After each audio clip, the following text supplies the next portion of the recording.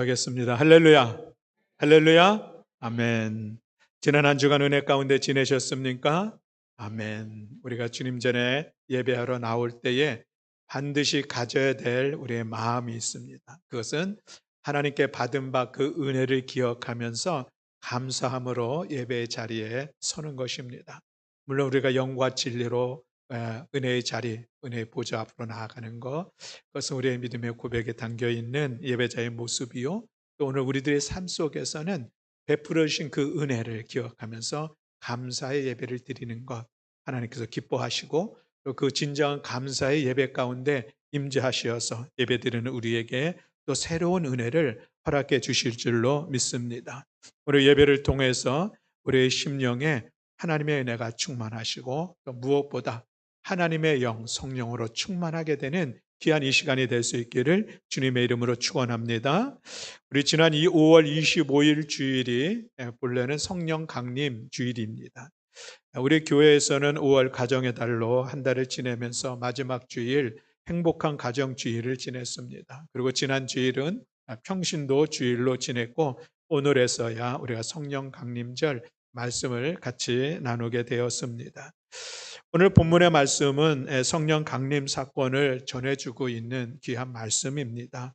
오늘 우리가 본문을 통하여서 우리가 다시 한번 성령 강림의 은혜를 생각하면서 우리가 그렇게 성령 충만함을 받은 사람으로서 성도로서 살아가기를 소망하는 그 마음을 가지고 우리 같이 말씀을 나누고자 합니다.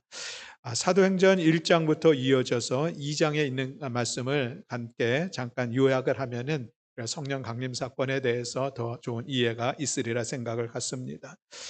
사도행전 1장에서 예수님께서 제자들에게 승천하시기 전에 마지막 당부를 하셨던 말씀이 두 가지가 있었습니다. 하나는 1장 4절과 5절에 있는 말씀인데 예루살렘을 떠나지 말고 내게서 들은 바 아버지께서 약속하신 것을 기다리라. 요한은 물로 세례를 베풀었으나 너희는 몇 날이 못되어 성령으로 세례를 받으리라 라고 말씀하셨습니다. 제자들 이제 예루살렘 떠나지 마 이 말씀을 하는 것이죠. 그러면서 예루살렘에 머물면서 무엇을 합니까? 아버지께서 약속하신 것을 기다리라 라고 말씀하고 있습니다. 아버지께서 약속하신 것이 무엇입니까? 성령의 임재, 성령의 강림, 그것을 기다리라 라는 그런 말씀이었었죠. 그러면서 예수님께서 또 한 번 제자들에게 하신 말씀이 사도행전 1장 8절에 나오고 있습니다. 오직 성령이 너희에게 임하시면 너희가 권능을 받고 예루살렘과 온 유대와 사마리아와 땅끝까지 이르러 내 증인이 되리라 라는 이런 말씀이셨습니다. 이것은 제자들에게 주시는 어떤 사명의 말씀인 것이죠. 그리스도의 증인된 삶을 살아가야 될 텐데 그러기 위해서는 이제 너희들이 예루살렘에서 기다렸던 성령의 권능, 성령의 임재와 그 성령의 권능을 힘입어서 그 땅끝까지 증인이 되는 사명을 감당해야 된다라는 그런 말씀을 하고 있는 것을 볼 수가 있습니다.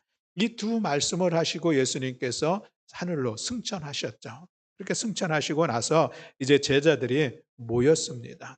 모여서 그들이 한 일이 첫 번째로 한 일이 뭐냐면은 12 제자를 예수님께서 부르셨는데 그 중에 한 제자 가룟 유다가 예수님을 배반하게 되었고 12 제자의 그 대열에서 이탈하게 되었으니 그 빈 한 자리를 우리가 채워야 되지 않겠느냐라고 이야기를 하면서 그래서 한 제자를 세우는 그런 시간들을 갖습니다. 그래서 예수님과 함께 우리가 예수님과 함께 다녔었던 그 사람들 중에서 우리 함께 한 사람을 택하자. 그렇게 해서 유스라고 하는 사람하고 마띠아라고 하는 두 사람이 청거가 되었고, 그래서 이 상황 속에 그들이 함께 하나님 앞에 기도했죠. 봉사와 또 사도의 직무를 대신해서 한 누구이온지 하나님의 뜻을 구하며, 그래서 그들이 제비를 뽑았습니다. 그렇게 해서 이제 선발된 사람이 마띠아. 그래서 마띠아가 12 제자의 반열에 서는 그런 일들이 있었습니다. 이것이 이제 1장까지의 말씀의 내용입니다. 그리고 2장 오순절 날이 이미 이르매라고 시작하고 있는데 오순절이라고 하는 것은 50일입니다. 언제로부터 50일일까? 예수님께서 부활하신 그날부터 50일이 되는 날, 이렇게 이야기를 하는 것이죠.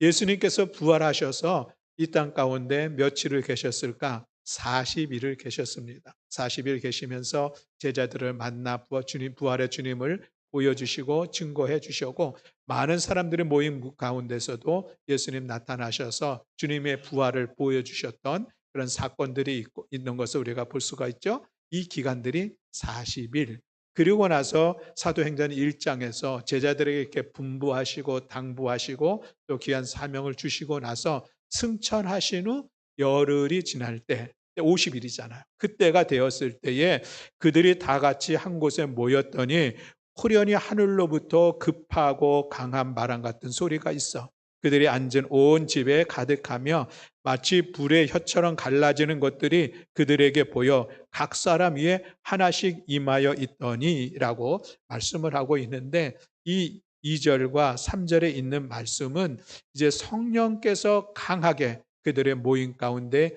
임재하신 사건을 글로 표현한 것입니다.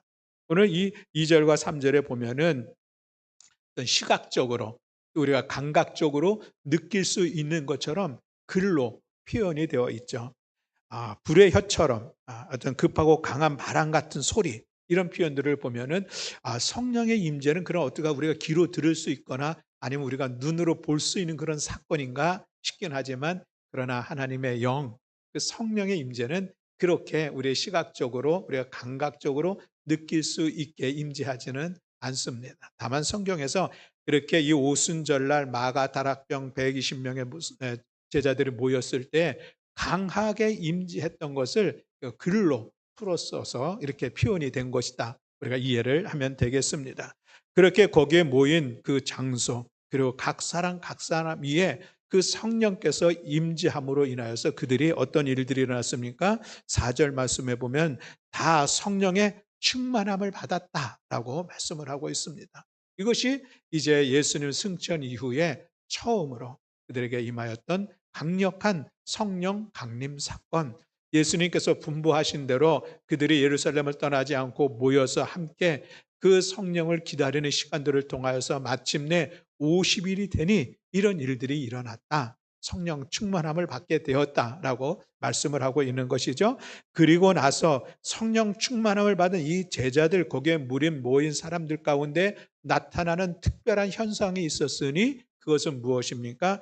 다른 언어들로 말하기를 시작하였다라고 말씀을 하고 있습니다. 어떻게? 성령의 말하게 하심을 따라, 성령의 이끄심을 따라, 이런 말씀인 것이죠. 우리가 쉽게 얘기하는 방언을 하게 되었다라는 그런 말씀입니다. 그런데 그때 당시에 제자들이 하고 있었던 이 방언은 어떤 방언이냐면은 다른 사람들이 알아들을 수 있는 실제적인 언어의 방언입니다. 그 2절, 5절 이하에 있는 그런 말씀을 보면은 이제 이 유월절을 맞이해서 각 지역에서 많은 사람들이 다 예루살렘으로 모여들었습니다. 그리고 그들이 모여있는 이 마가의 다락방이라고 하는 것은 완전히 밀폐되어 있고 그들만이 아니라 오픈되어 있어서 주위에 많은 사람들도 그들의 모임과 그들의 기도를 바라보고 있었고, 그런데 그 많은 모여 있는 사람들이 각 지역에서 왔습니다. 오늘 성경에 보면은 여러 지역이 있는 것을 보게 되는데 바데인, 메데인, 엘란인, 또 메소포타미아, 유대, 갑바도기아, 본도, 아시아, 그러니까 이 예루살렘을 주변으로 한 인근 각처에서 각 나라에서 많은 사람들이 모여들었는데, 그런데 이들이 성령 충만함을 받고 성령의 말하게 하심을 따라서 각각 다른 언어들로 방언을 하는데, 그들이 하는 이야기가 자기의 나라의 언어로 이야기를 하는 거예요. 그래서 그들의 기도를 알아들을 수 있게 되는 것이죠. 그것을 보고 이 사람들이 깜짝 놀랍니다. 이 사람들 갈릴리 사람들인데 이 사람들이 어떻게 우리의 언어를 알 수 있을까라고 하는 거예요. 신기한 일이죠. 여기서 성령의 역사하심 속에서 일어났던 하나의 방언의 은사들이 있었음을 우리가 볼 수가 있습니다. 물론 이후에 고린도 전서에 보면 은사에 대해서 이야기할 때에 방언이 또 나오는데, 거기에 나오는 방언은 어떤 모습입니까? 누구도 알아듣지 못하는 방언이 또 있는 것도 거기서 다루고 있는 것을 우리가 볼 수가 있는데, 오늘 어쨌든 이 사도행전 2장에서 성령 강림절, 강림의 사건이 일어나고 그들의 성령 충만함을 힘입어서 한 방언은 다른 사람들과 소통할 수 있는 정상적인 언어로 방언을 하게 되었다라고 하는 그런 말씀입니다. 그 일들을 보면 놀라고 당황하고 그러면서 서로 이것이 어찌 이런 일이 일어날 수 있을까? 참으로 신기하다, 놀랍다, 이런 반응들이 있었고, 또 어떤 사람들은 그들을 조롱했다고 성경에 말씀하고 있습니다. 이 사람 지금 술 취한 거 아니야? 뭐 이렇게 이야기하는 그런 사람들도 있었다라고 하는 것이죠. 그때에 베드로가 이제 일어나서 그 많은 사람들 그 광경을 보면서 도무지 어찌 이런 일이 일어날 수 있을까 의아해하면서 때로는 조롱하는 그 사람들을 향하여서 지금 이 상황이 어떤 상황인지를 설명하는 그런 시간들을 갖습니다. 그래서 이것은 이미 우리가 술 취한 것도 아니고 구약의 요엘 선지자들을 통해서 예언하셨고 약속하셨던 그 성령 하나님의 영이 오늘 우리에게 임한 그 사건인 것이다 라고 이야기하고 있는 것을 볼 수가 있습니다. 그래서 베드로가 이제 유월 말씀을 인용해서 이야기를 하죠. 하나님께서 말씀하시기를 말세에 내가 내 영을 모든 육체에 부어주리니 너희의 자녀들은 예언할 것이요 너희의 젊은이들은 환상을 보고 너희의 늙은이들은 꿈을 꾸리라. 그때에 내가 내 영을 내 남종과 여종들에게 부어주리니 그들이 예언할 것이요 또 내가 위로 하늘에서는 기사를 아래로 땅에서는 징조를 베풀리니 곧 피와 불과 연기로다. 주의 크고 영화로운 날이 이르기 전에 해가 변하여 어두워지고 달이 변하여 피가 되리라. 누구든지 주의 이름을 부르는 자는 구원을 받으리라. 요엘서 2장 28절로 32절에 있는 그 요엘 선지자의 예언의 말씀을 인용해서 바로 내가 남종과 여종에게 나의 영을 부어주리라 하신 이 약속의 말씀이 지금 이루어져 있는 이 현장이다 라고 하는 것을 이야기하고 있는 것이죠. 물론 예수님께서도 이 성령의 임재를, 성령의 강림을 약속하신 그런 말씀이 있습니다. 예수님께서 제자들에게 이제 내가 너희들을 떠나야 돼, 그런 이야기를 할 때에 제자들의 마음에 두려움이 있었죠. 그래서 두려워하지 마. 내가 너희를 떠나는 게 오히려 너희들에겐 더 큰 유익이 되고 덕이 되는 거야. 이제 내가 가면은 보혜사 성령을 너에게 보내주시리라 내가 아버지께 간구하겠고, 그래서 보혜사 성령이 너희들 가운데 임재하면은 영원히 너희들과 함께하는 그런 시간을 가질 거야 라고 말씀하셨습니다. 그 보혜사 성령이 기름 부어 임재하는 그런 사건이 오늘 성령 강림의 사건인 것이죠. 베드로가 이 성령 강림의 현상들을 구약 성경을 통하여서 이야기한 것뿐만 아니라 그 기회를 타서 거기에 모이는 수많은 사람들에게 이제 복음을 전하는 그런 시간을 갖습니다.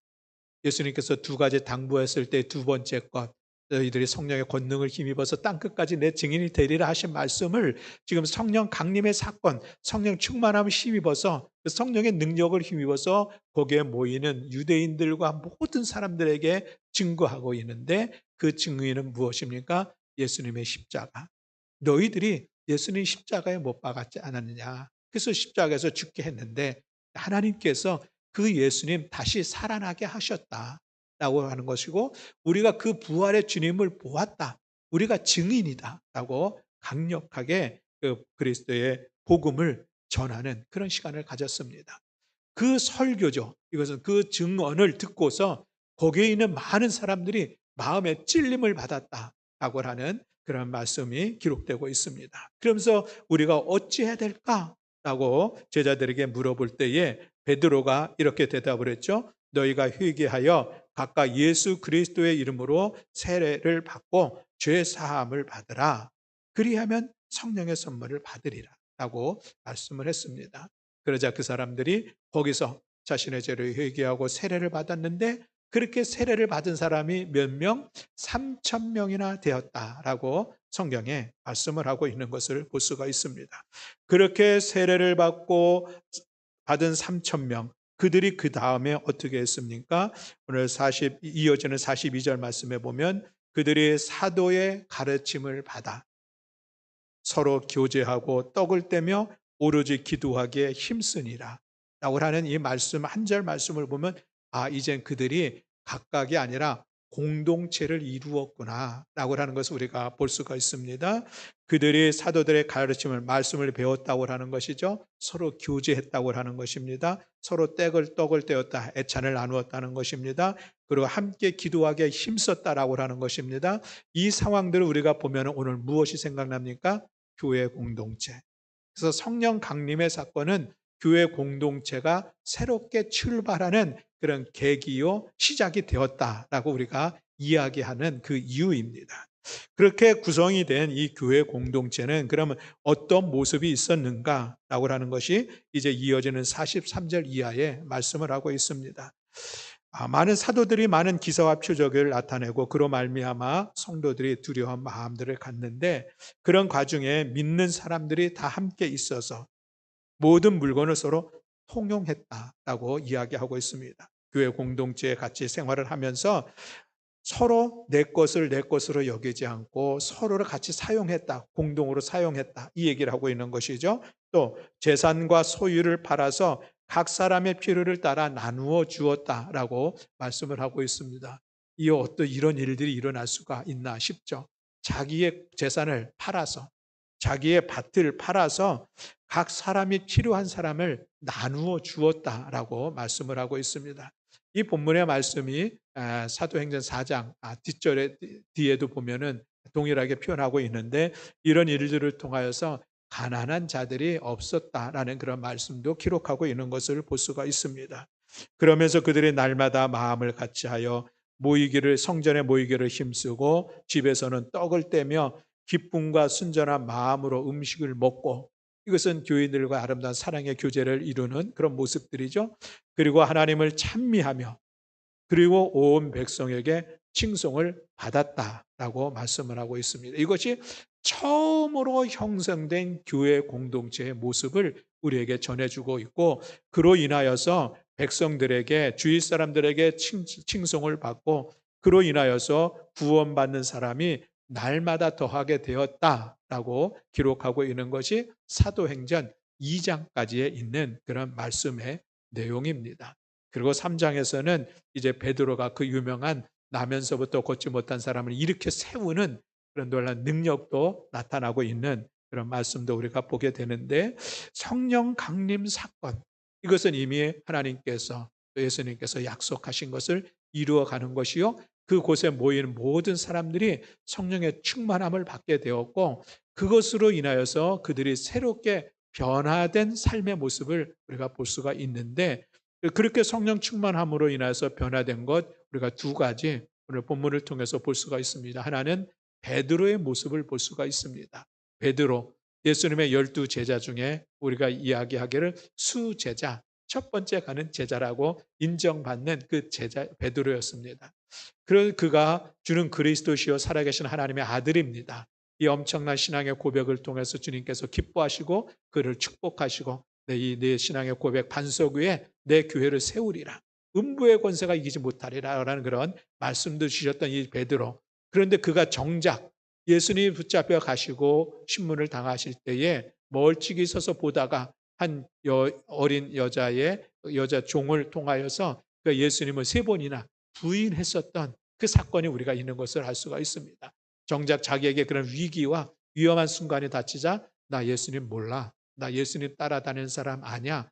저주하면서 맹세하면서 예수님을 3번씩이나 부인했던 베드로의 모습입니다. 예수님께서 십자가에 달려 죽으셨습니다. 부활하셨습니다. 그럼에도 불구하고 그는 부활의 주님도 만났고 부활의 현장도 목격했지만 여전히 제자들과 함께 두려워서 유대인들이 두려워서 문을 걸어 잠그고 대책회의를 하고 있었던 그런 모습이 베드로의 모습이었습니다.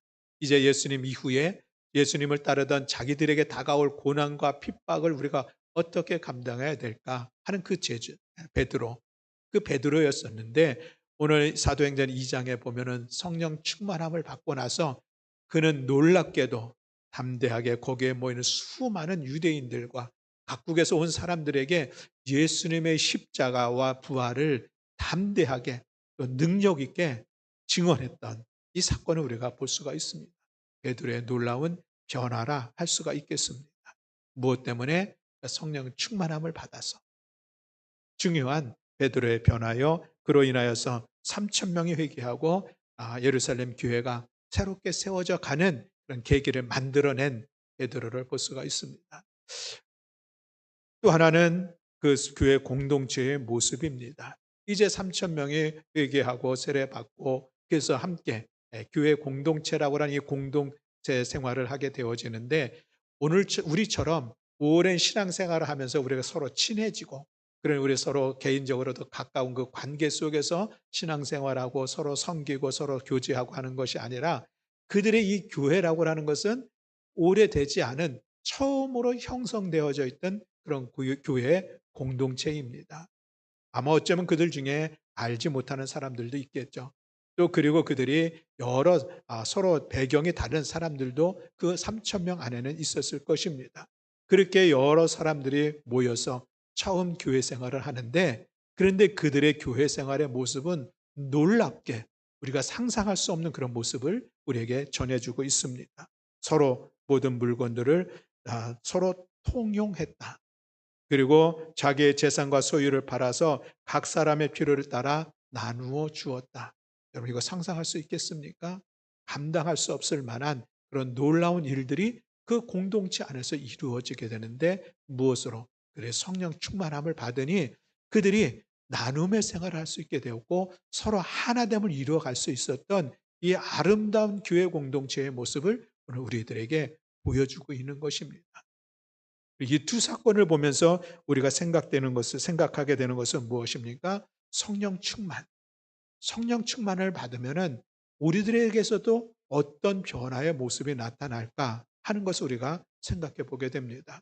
우리 한국 교회에 강력한 성령 운동이 일어났을 때가 있었습니다.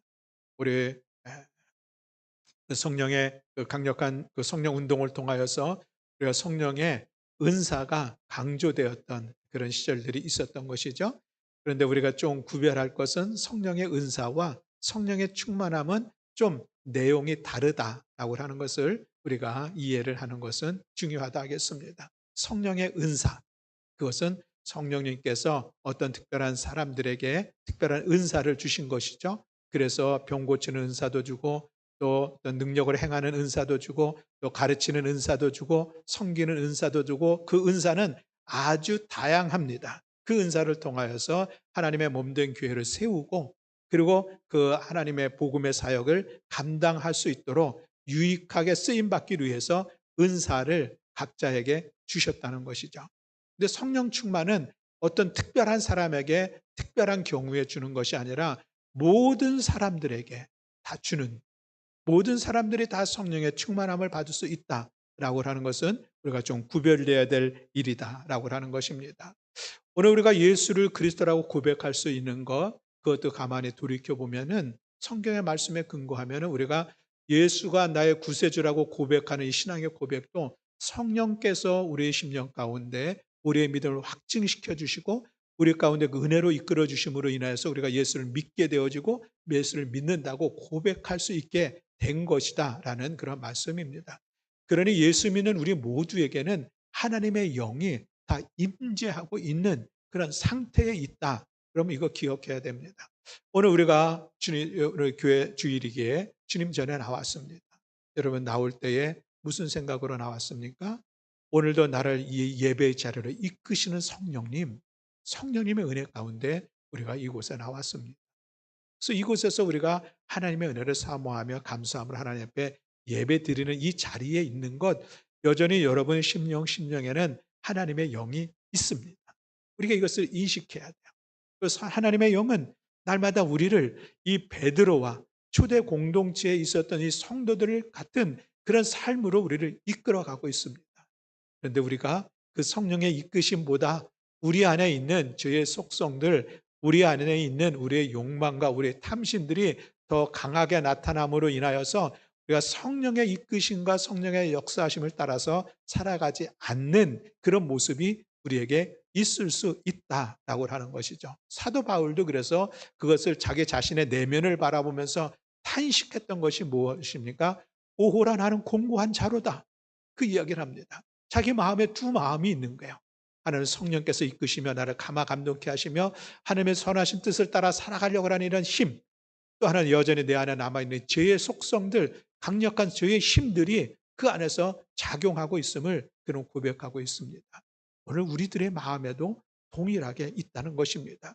성령 충만함이라고 하는 것은 무엇인가?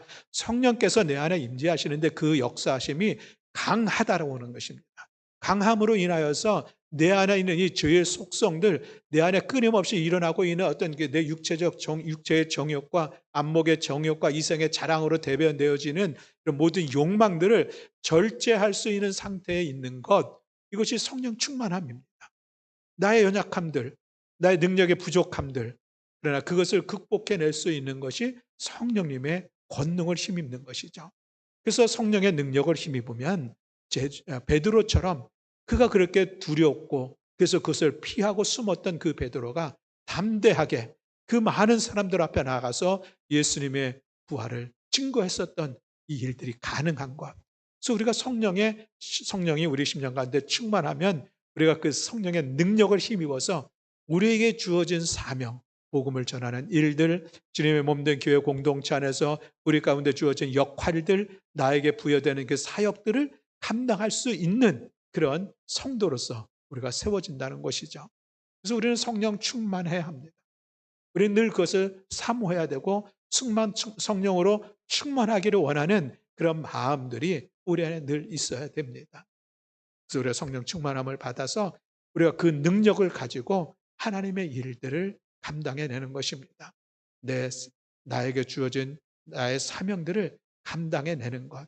이것이 우리가 성도의 삶의 모습이 되어야 한다는 것이죠. 우리가 교회 일을 하다 보면은 종종 경험하는 일들이 있습니다. 그것은 무엇입니까? 우리 모두에게는 각자 자기의 지식이 있습니다. 자기의 경험이 있습니다. 내가 하고 싶어 놨던 열정들도 있습니다. 내 안에 내가 가지고 있는 것입니다. 근데 교회 공동체에서는 그것으로 내가 어떤 일들을 이루며 나아가다가는 거기에는 분명히 갈등이 있습니다. 서로에게 상처 줄 수도 있습니다. 왜냐하면 서로가 다른 지식, 서로가 다른 경험, 서로가 다른 모습들이 있기 때문에 이것이 서로 충돌되어지는 것이죠.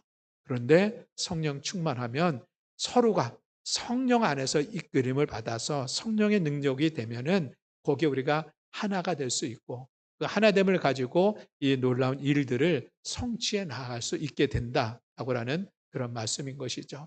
그래서 우리가 맡은 역할들이 있습니까? 그 일들을 감당하기 위해서 우리는 기도해야 되는데 그 기도는 성령의 충만함, 성령의 이끄심을 따라서 성령의 능력을 따라서 함께 이 일들을 감당하게 나아가기를 원하는 이런 기도의 시간들이 우리에게 있어야 될 줄로 믿습니다. 성령의 권능을 힘입어야 우리에게 주어진 역할을 감당하고 우리 모든 성도들이 그렇게 성령 충만하여서 기꺼이 하나님의 선한 일들 앞에 쓰임받는 우리 모든 성도들이 될 수 있기를 주님의 이름으로 축복합니다. 두 번째 성령 충만함으로 인하여서 초대교회 처음 교회에 세워진 그들의 공동체의 모습들을 보면은 우리는 의아해할 수밖에 없습니다. 성령 충만함이라고 하는 것은 무엇입니까? 우리의 생각이 변화되는 것입니다. 우리의 가치관들이 바뀌는 것입니다. 우리의 삶의 태도들이 그래서 변화로 나타나게 되는 것입니다. 성령은 우리로 하여금 하나님의 사람으로 이끌어가기 때문에 성령님은 우리로 하여금 하나님의 말씀 앞에 순종하며 살아갈 수 있도록 우리를 이끌어 가시기 때문에 성령님은 우리로 하여금 하나님의 말씀이 생각나게 하시고 하나님의 말씀을 붙잡고 능히 살아갈 수 있도록 우리 안에서 역사하시기 때문에 성령 하나님은 우리의 심령 가운데서 우리를 감동케 하시면서 우리가 그래서 그리스도의 마음을 품을 수 있도록 우리를 이끌어 가시기 때문에 성령 충만한 사람은 삶의 태도의 변화가 나타난다라고 하는 것입니다. 그러니 초대교회 우리가 생각할 수 없는 엄청난 일들을 그들은 이루어 나갔다라고 하는 것이죠. 우리 성일교회 교회가 성도 한 분 한 분이 성령 충만하면 우리도 얼마든지 초대교회와 같은 아름다운 모습들, 이 주변의 사람들이 보기에 도대체 어찌하여 저들은 저런 신앙의 모습들을 공동체 안에서 이루어갈까?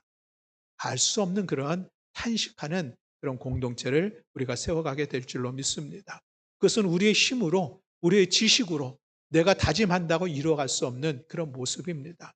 우리 믿음의 사람에게 있어서 내가 하나님의 자녀처럼 살아간다는 것, 우리가 성화라는 이야기를 하는데 예수님의 모습을 닮아갈 수 있는 것, 하나님의 거룩한 성품에 우리가 참여할 수 있는 그 근거는 어디에서부터 나오는가? 하나님의 영. 성령 하나님께서 우리의 심령 가운데 임재하셔서 나를 다스리시고 때로는 나를 쪼아 만들어 가시고 또 나를 이끄심으로 인하여서 우리가 그런 거룩한 삶의 자리를 우리가 세워갈 수 있다는 것이고, 그래서 우리로 하여금 그렇게 모인 성도들이 교회 공동체, 초대교회와 같이 아름다운 나눔의 사랑에 나눔이 풍성하고 사랑의 수고가 풍성한 그런 공동체를 세워갈 수 있게 된다라는 그런 말씀입니다. 사랑하는 성도 여러분, 우리 안에는 변화에 거부하는 그런 모습들이 있습니다. 강한 것들이 우리 안에 있죠. 이미 우리 가운데 있었던 이런 습관들, 우리의 어떤 가치관들, 우리의 이 고정관념들이 도무지 우리 변화를 거부하는, 그래서 거부하는 그런 모습들이 있는데, 이것을 우리가 어떻게 깨트려 버리고 우리가 하나님의 말씀을 따라 우리가 성경적인 가치관을 가지고 말씀을 따라 살아갈 수 있을까?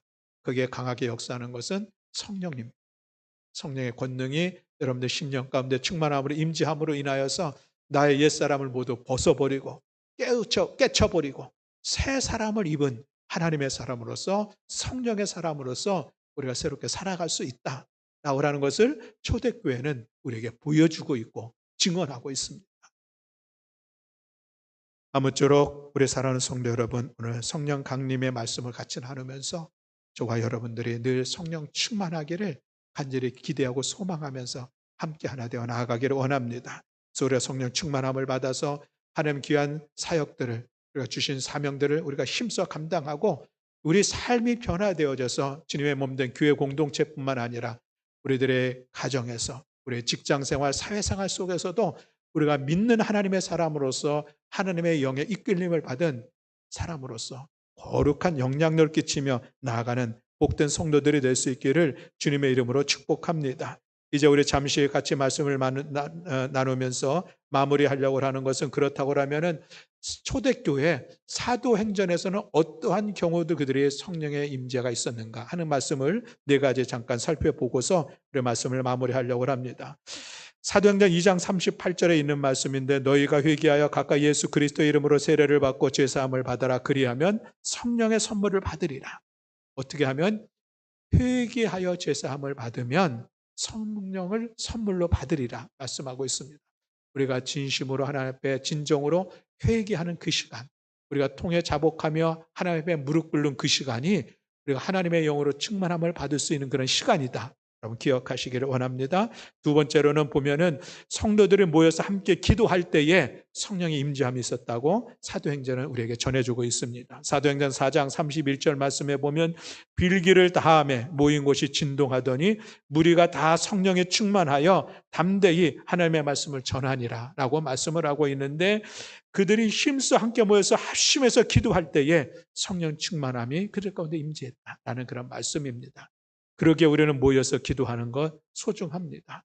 우리가 성령으로 충만하기를 사모합니까? 그 마음을 모으고 우리 함께 새벽을 깨우며 기도하고, 우리 금요기도에 함께 기도하고, 주의 전에 모였을 때 우리 함께 합심해서 기도할 때에 그 기도 가운데 하나님의 영이 여러분들의 심령 가운데 충만하게 임하게 될 줄로 믿습니다. 또 우리가 하나님의 말씀을 자원하여 순종할 때에 하나님의 영이 우리 가운데 임한다. 성경에 말씀을 하고 있습니다. 사도행전 5장 32절 말씀인데, 하나님이 자기에게 순종하는 사람들에게 주신 성령도 그러하니라 라고 말씀하고 있습니다. 어떤 사람에게 성령을 주셨습니까? 자기에게 순종하는 사람, 하나님의 말씀에 순종하고 말씀을 따라 살아가는 그 상황 속에서 하나님께서 그 말씀을 넉넉히 살아갈 수 있도록, 그 말씀의 능력을 힘입을 수 있도록 성령의 충만함을 주신다라는 이 말씀입니다. 우리가 그러니 하나님의 말씀 앞에 순종하며 살아가야 될 또 하나의 이유를 찾습니다. 그리고 하나님의 말씀을 들을 때에 그때 하나님의 영이 우리 가운데 임재한다는 것이죠.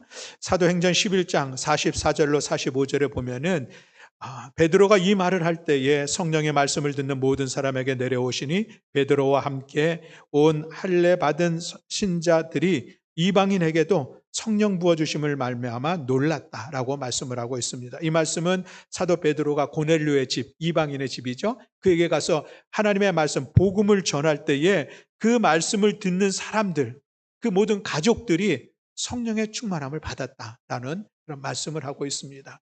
하나님의 말씀을 들을 때에 오늘도 우리 이 말씀 가운데 하나님의 영이 여러분들의 심령 가운데 충만함으로 임재하시기를 주님의 이름으로 축복합니다. 우리의 말씀을 듣는 시간을 귀하게 여기고 그 말씀을 그저 사람의 말씀으로 듣지 않고 여러분들이 하나님의 말씀을 들을 때 그 말씀을 평가하려고 하는 것이 아니라 나에게 주신 하나님의 말씀으로 사모함으로 받을 때에 그 말씀과 더불어 하나님의 영이 여러분들의 심령 가운데 임재한다라는 그런 말씀입니다.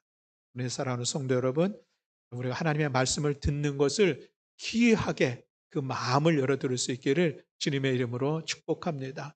오늘 목사님의 말씀을 어떻게 하는지 지난주보다는 오늘이 더 좋았다 나빴다 이것이 아니라 오늘도 하나님께서 목사님을 통해서 나에게 주시는 말씀 그 말씀으로 마음을 열고 그 말씀을 마음으로 받아들이고 아멘으로 화답하며 받을 때에 거기에 말씀의 능력이 나타날 뿐만 아니라 말씀과 함께 하나님의 영 성령께서 함께하는 그런 시간들을 경험하게 될 줄로 믿습니다.